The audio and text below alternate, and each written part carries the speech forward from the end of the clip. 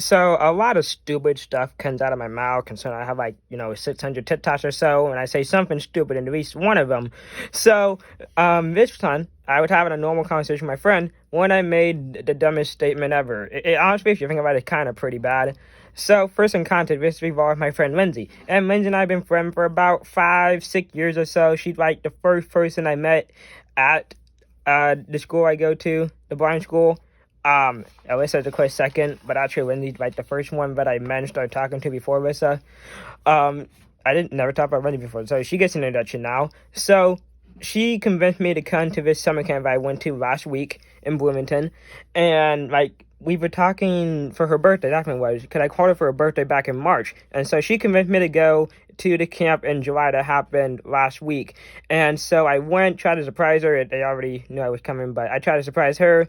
And on the phone, she mentioned the camp I just went to, along with this camp in Montana.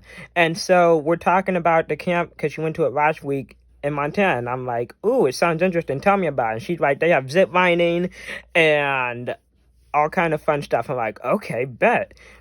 And she says in Montana, like, I've never been to Montana before. So in my head, I'm like, okay, it's in a new state because I want to go all 50 states. I've never been there before. And they have zip lining, so it sounds like a pretty fun summer camp. And I get to hang out with my best friend for a whole week during the summer. What could be wrong with that? So then I made the stupid question of asking, hey, can I go with you next year for the trip? And she's like, no. And I'm like, why not? That's kind of mean. She's like, it's for people with brain tumors. Yeah, I didn't realize it was a cancer camp.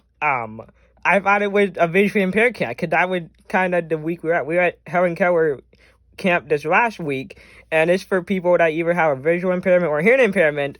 And so I thought the camp in Montana were the same thing, because she would tell me about both camps at the same time over the phone back in March for her birthday.